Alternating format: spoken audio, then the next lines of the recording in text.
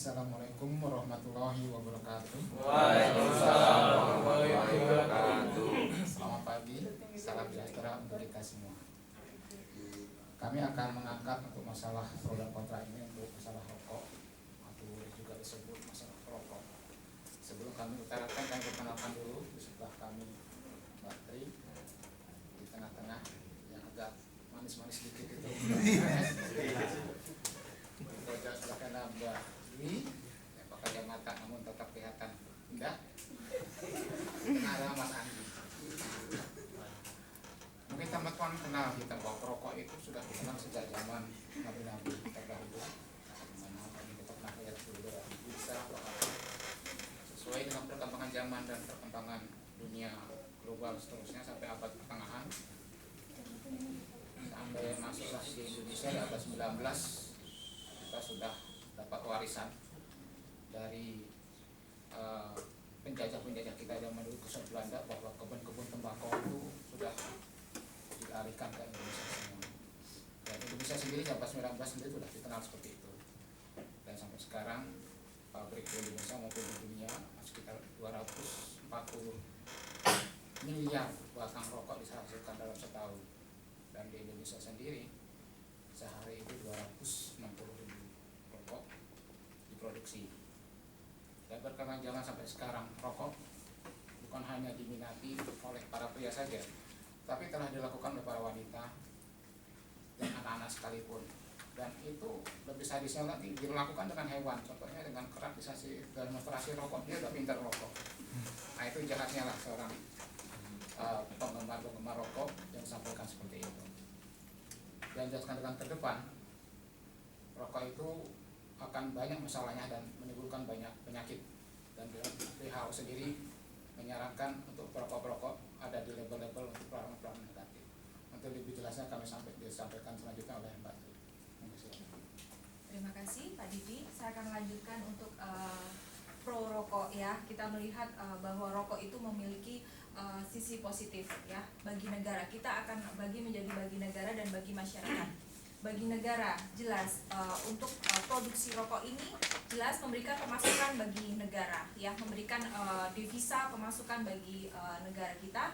Kita melihat dari data dari Biro Pusat Statistik BPS di tahun 1980 cukai rokok terus meningkat yaitu sebesar 16,38% ya, dan pemasukan cukai bagi negara ini sebesar 390,005 juta ya. Di tahun 1985 meningkat lagi menjadi 876,897 juta. Di tahun 89 meningkat lagi menjadi 1,2 triliun. Dan di 2015 meningkat menjadi 139,5 triliun. Itu jumlah yang sangat fantastis sekali untuk pemasukan bagi negara. Dan kita melihat sisi positif bagi masyarakat. Indonesia itu adalah negara agraris. Kita melihat bahwa kita banyak sekali petani-petani tembakau, apalagi harga tembakau ini sangat tinggi. Di Pulau Jawa ini banyak menggantungkan dari mata pencaharian sebagai petani tembakau. Itu jelas membantu untuk meningkatkan kemakmuran dan mata pencaharian. Dan di sisi tenaga kerja kita bicara, karena rokok ini sangat banyak sekali menampung tenaga kerja, yaitu sekitar 6,1 juta tenaga kerja kita bekerja di produksi rokok. Sekitar 50% itu tenaga kerja banyak diserap di produksi rokok. Makanya kita melihat bahwa positifnya rokok ini, pro bagi kami ini adalah untuk meningkatkan pencaharian petani. Dan kita melihat untuk membantu tenaga kerja kita mencari pekerjaan di produksi rokok ini. Selanjutnya saya akan sampaikan untuk Mbak Muslimah, silakan. Terima kasih. Kalau tadi sudah dijelaskan oleh Mbak Tri bahwa ada sisi positif bagi negara, ya akan saya bahas bahwa ada sisi negatif juga untuk negara. Saya akan bahas dalam dua hal, yaitu secara sosioekonomi bahwa negara dirugikan dan secara kesehatan negara juga dirugikan. Kenapa secara sosioekonomi? Banyak studi mengembangkan atau meneliti bahwa memang benar devisa negara naik dari pajak rokok.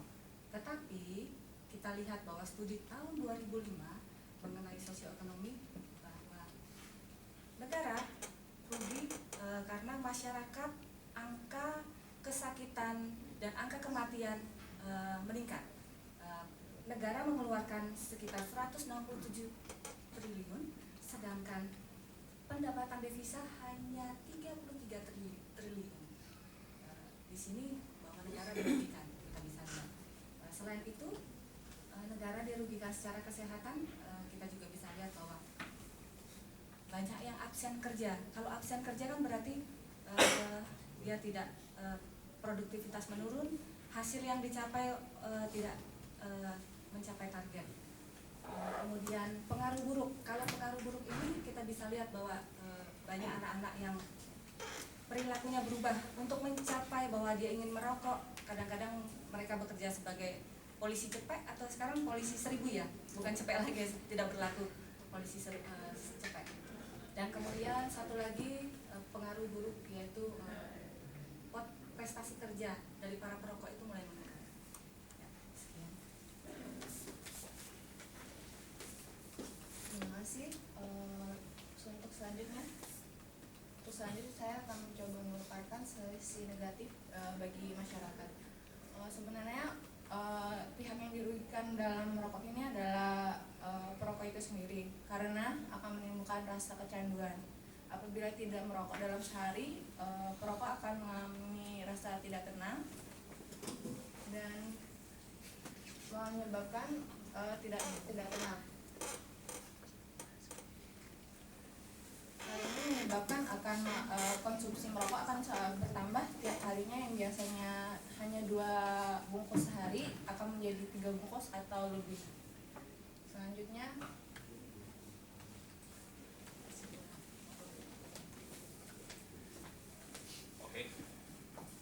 Alhamdulillah kita pada kesimpulan. Jadi bagi saya sendiri, saya juga perokok, dan teman-teman di sini teman hangout saya buat ngerokok. Jadi sebenarnya di sini rokok itu untuk zaman sekarang itu sudah jadi kebutuhan bagi saya. Ini yang ngambil contoh diri saya sendiri. Jadi udah jadi kebutuhan karena apa? Rokok itu sudah jadi seperti alat atau media untuk berkomunikasi dan berteman. Jadi istilahnya sekarang kerennya itu social smoker. Nah, jadi rokok yang dipakai pun ada yang konvensional, rokok-rokok yang dibakar dengan api ataupun dengan elektrik. Itu teman saya juga ada yang merokok seperti itu. Katanya lebih baik daripada rokok konvensional, tapi sama aja sih, ada dampak negatifnya. Oke. Lalu untuk negara dan untuk masyarakat. Jadi kita tahu bahwa positifnya rokok itu meningkatkan pendapatan negara. Tapi bagaimana kita bisa menekan sisi biayanya? Nah, itu kan pertanyaannya. Jadi kesimpulannya di sini dari semua poin yang sudah dijabarkan, jadi negara lebih baik meningkatkan harga atau meningkatkan biaya cukai untuk rokok 3 atau 4 kali, menjadi harga rokoknya nanti di end-nya nanti harganya 100 sampai 150 ribu. Karena apa? Supaya masyarakat bisa memilih. Karena di sini di statistiknya masyarakat yang menjadi perokok aktif itu adalah masyarakat yang berpendapatan di bawah 100 ribu. Tukang, tahu kan? Tukang kalau misalnya kerja, kalau nggak sambil merokok nggak kerja katanya. Jadi itu dengan meningkatkan harganya mencapai 100 sampai 150 ribu, otomatis tukang nggak bisa beli lagi. Mereka diposisikan pada pilihan mereka mau beli nasi atau mau beli rokok, karena pendapatan mereka di bawah 100 ribu. Sekali beli rokok mereka nggak bisa makan. Nah, itu diposisikan pada pilihan itu. Lalu positifnya bagi masyarakat apa? Masyarakat tetap bisa menikmati cukainya. Jadi pendapatan negara itu tetap dinikmati dengan cara pasar penjualan rokok ini kita geser ke luar negeri. Jadi kita buang racunnya keluar, jangan buangnya di dalam negeri. Jadi seperti itu kesimpulan dari pro kontra merokok. Terima kasih.